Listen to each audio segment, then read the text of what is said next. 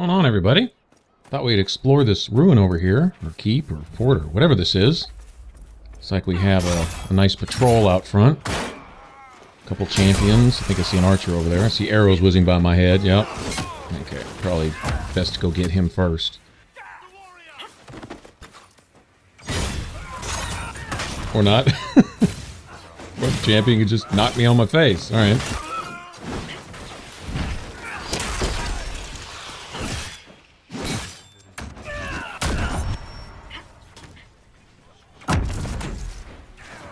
Trying to get used to this challenge here. I'm using Warcry all this time, and now kind of throws a nice little kink in my game. Being able to essentially aim, taunt from a distance, and target a single enemy.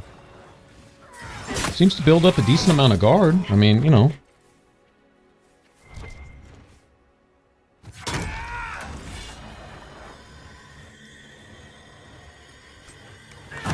Alright, so sweet. Alright, got a mosaic piece there. I wonder if this does anything to barriers. I don't think so. Of course, that is an ice barrier, I think, so. Pretty sure they have it set up where only magic attacks can break those down, though. Maybe not. I don't know, there may be some other way to do it. Maybe a fire weapon.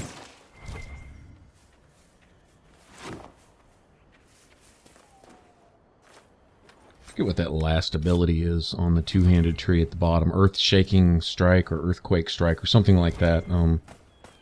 The upgrade to that leaves like a fire trail in its wake.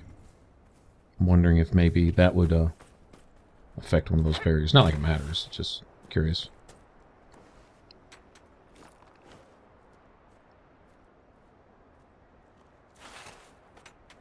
Okay, well, that got it. Notice Vivian's looking fabulous. Right? We have 3 staves, vessel for bloodletting, damaged tomes, and remains of a lyrium. Well, that's an odd mix. Staves and a lyrium decanter.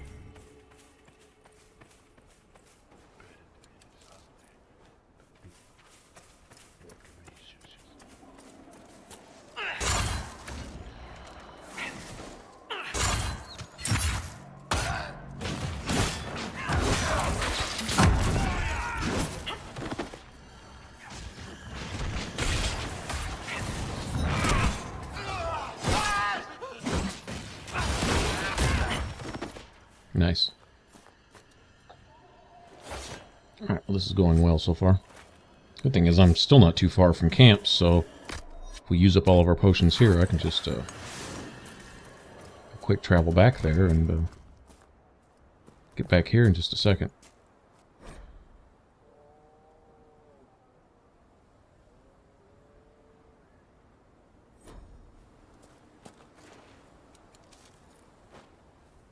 Okay, and now I think this area that we're about to investigate here, I believe it has a lot of significance to the overall main story.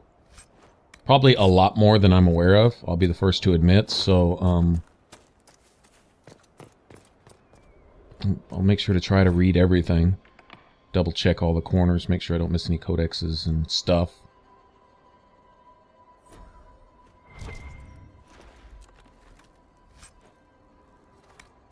But we know Alexius, it makes a mention of Alexius, and we know he was the mage, the Tevinter guy, who we learn later in the Chantry from, I believe it's his son, that he's part of these Venatori, which are, you know, something of a cult. Anyway, they're obviously our nemesis here.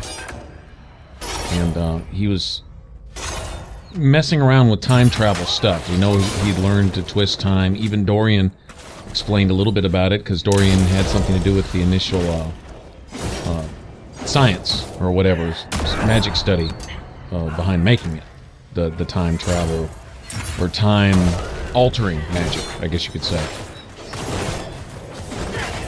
Like I said, I don't know all the entire significance. I think it would probably be a good idea for me to do a mage playthrough, or side with the mages once, just to see what further dialogue there is to be had with Dorian and Alexius and all that. because I know it plays out a little bit differently. I mean, you eventually get to Haven and get to more or less the same point that we did. We have to escape Haven because you know you're going to get to Skyhold. That's kind of a bottleneck for the story. You know, whatever path you take, it's eventually at least going to lead there one way or another. But I mean, we see things frozen here. Obviously, time has stopped. That's disconcerting. Everything's frozen. I don't think this was the Venatori. The power required for such a spell would be immense. That would get the Venatori's attention. Okay, so an experiment gone wrong here? I don't know. I know some of the viewers here, Ninja Flips, I know some of you guys are real lore aficionados, so probably clarify all the relevance, you know, that this has right here. But we know Alexius was messing with time, and I see time has stopped here. And I don't think this was the intended outcome. In fact, you look around. See, that looks like a Venatori mage kind of fighting with a demon here. Alright. So this was going down when this experiment backfired in their face, or something. Or perhaps this happened at the exact moment that the breach event happened, which wasn't supposed to happen. When we apparently got involved there and got the mark on our hand, and like I say, I think it's probably going to be explained a lot more in full later on. You know, I'm just projecting, kind of looking ahead, but not really having much idea what I'm talking about because game hasn't told me yet. And there's an amulet of power for Dorian. Sweet. Okay, well it pays to have the extra lockpick ability to open these doors right here.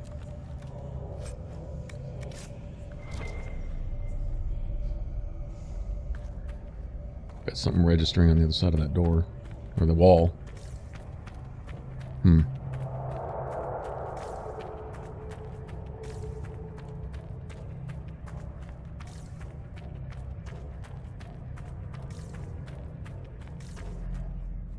Sweet. That means loot. That's all I see when I see the little key signs. Yeah, that means loot. This is where the good stuff is kept.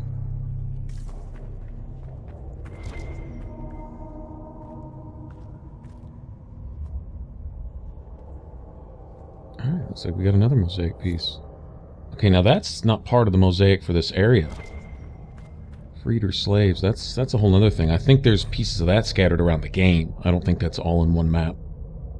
The one for this map is called the Archdemon, I believe. Something like that. Alright, responsible blood magic. Okay, I like the way Dorian briefly described blood magic as not inherently evil in and of itself, but that the means to acquire more power, which is an irresistible temptation to all mages. That's when the evil stuff comes in, you know, sacrifices and things like that.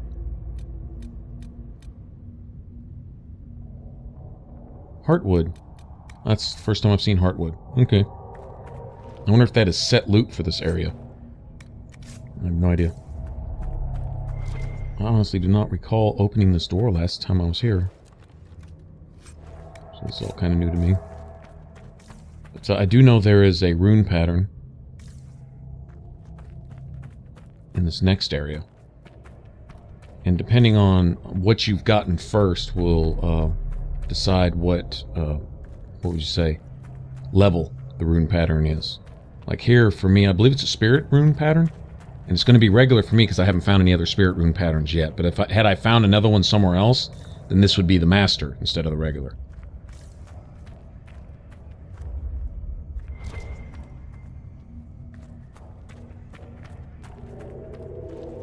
There's no shortage of chests here, though, is there? This is awesome. I think that's no man's land down below us.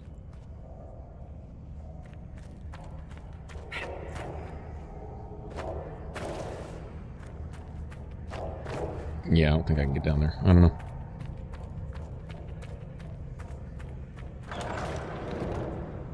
This time here certainly interrupted an epic battle, didn't it? This must be it.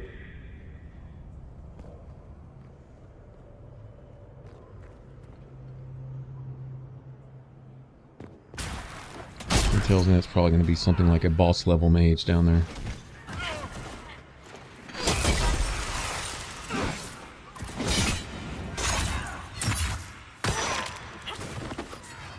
Lots of archers. Not good. I probably actually shouldn't have aggroed that archer there.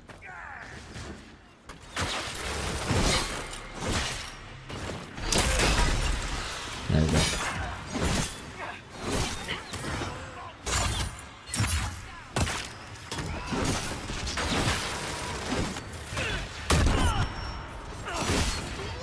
Tell you what, don't underestimate the power of being able to constantly interrupt these archers, though, with grappling chain, mighty blow if necessary.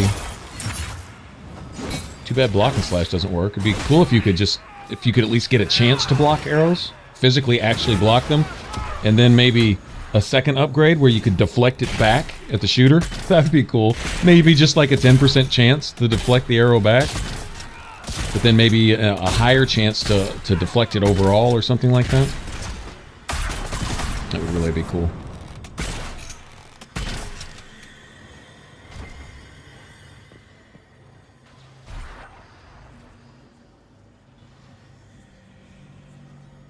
Alright, well, a little bit too much magic and arrows for my taste, I guess. How about that 1,400 points to the face? I know he felt that.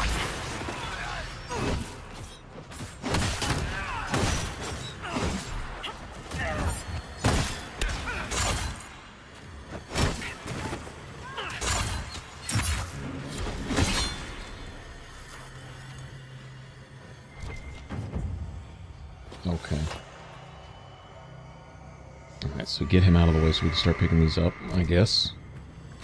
All I know is the quest updated when I killed him.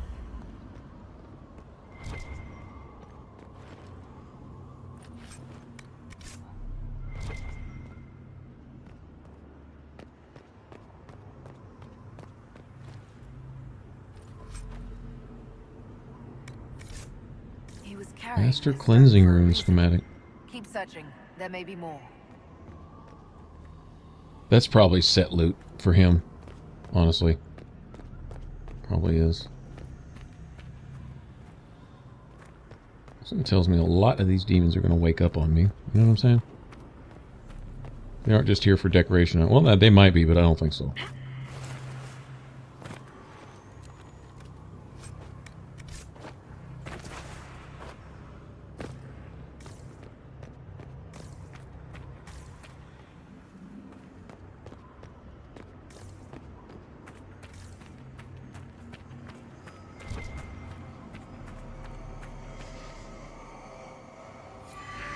You've got to have few good stories about the court. Intrigues, scandals, seductions.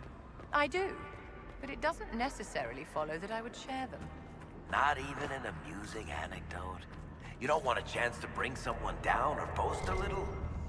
Not to you, darling. Where's the benefit there?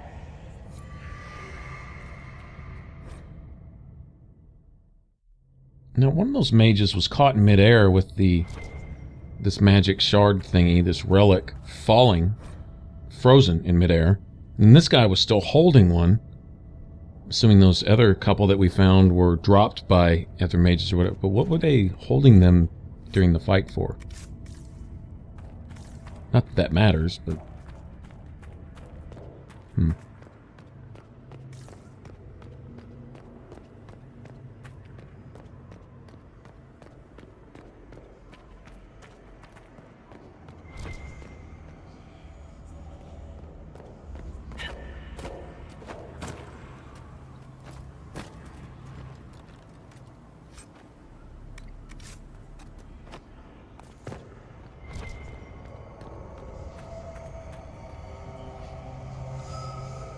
So it looked like he dropped that one. I don't know.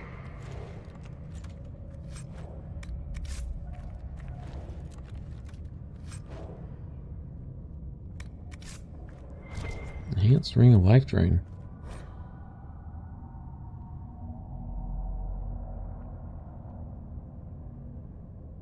if I gave that to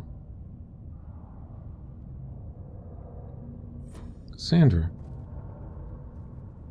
Right now I've got her with Warcry and Challenge Rings, which are both great, but all those, they essentially just extend the duration. Probably switch it out for the challenge. She seems to spam that more often. And that would eventually keep her, as much guard as she keeps up, that would keep her alive, I think.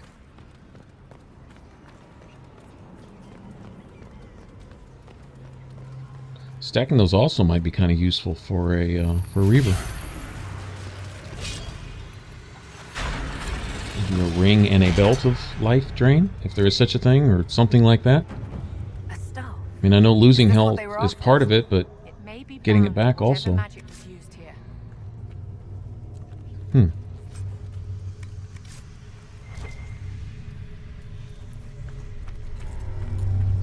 Alright, so this staff... Alright, there's a spirit rune. Unless we got that balefire in that other room. I need to get Vivian to drop this thing. There we go. But, alright, so... how the staff plays into this, I don't know. Apparently holding that in place and...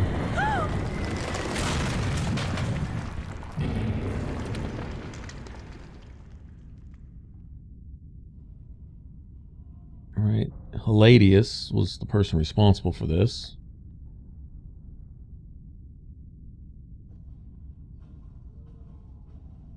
I think time's flowing again. That's not what I wanted to hear. So he was experimenting, probably at the cost of human lives or whatever, and in the experiment that went wrong, apparently he was excusing it rather than, you know, learning from it or accepting it as failure. He's just determined to make it work, and if it wasn't working, he's gonna make it work anyway. And okay, well, it probably didn't end real well.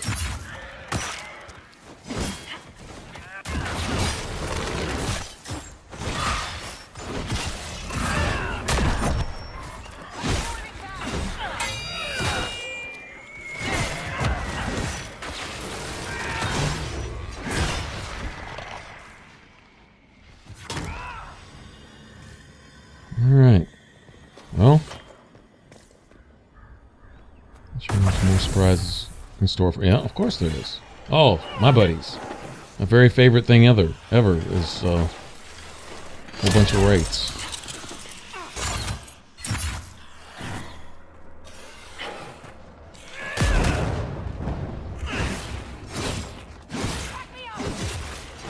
Oh, wow. Can't get through his barrier.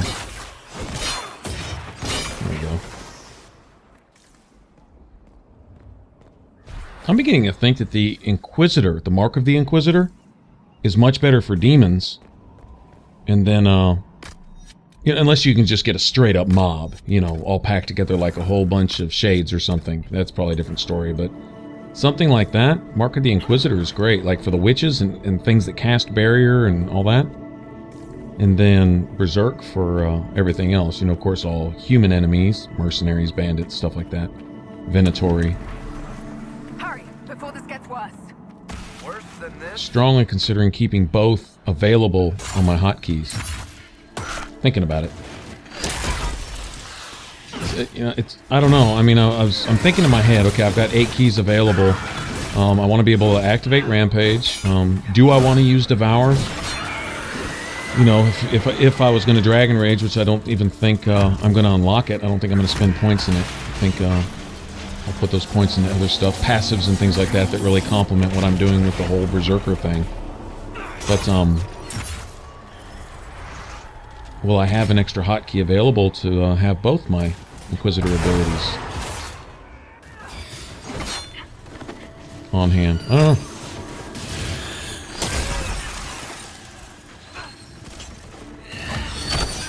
As it is, I can use Warcry and Challenge and Rampage, and then still have one extra hotkey left over. Now, if I chose to, say, use Devour occasionally, Which, I don't know. I mean, not much more useful than a regeneration potion, honestly. Yeah, it does some spike damage, but if I'm not using it in synergy with, you know, Dragon Rage and Ring of Pain and all that, you know, and that's another thing. Do I want to have Ring of Pain to trigger specifically when I go into Berserk mode?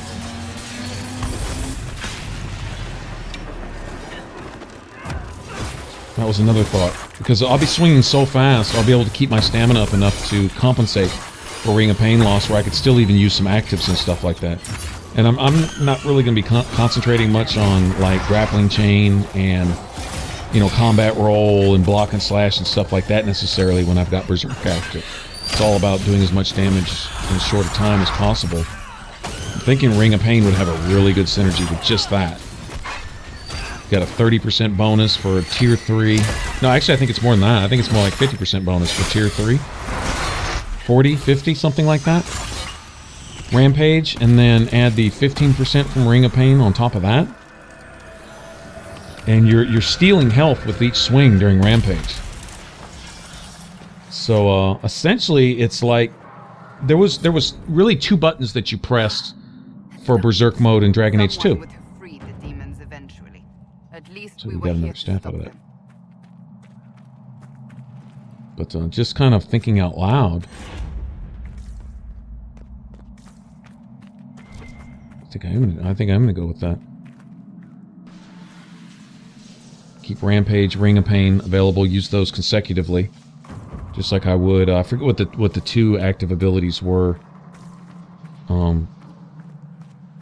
One was, in a sense, Berserk mode, and you lost stamina with each swing. And the more stamina you had, the more damage you did. So, you know, it would dwindle a little bit on you. But then you could compensate. There was another, like, seemed like there was a passive that allowed you to regen more stamina per kill. But you were killing things so fast once you got higher levels and you really got your build kind of filled out. That's it was really, really effective. But in this, kind of the same type of principle. Ring of Pain, spending your stamina and giving you a damage buff while it's active, and as long as you can keep swinging, it'll stay active. That's really worth looking into. I'll try it with it, and then without it, and see if Rampage makes if there's any real difference. And if there is, assuming one doesn't cancel the other, you know, I'm totally just thinking ahead. Haven't actually worked with it, but I will. All right. Well, appreciate you watching. If you want to subscribe, click that button over my head. For all my videos, click the boxes on the left. And we'll get to some more exploring of the Western approach on the next one. And till then, y'all take care, and see you later. Bye-bye.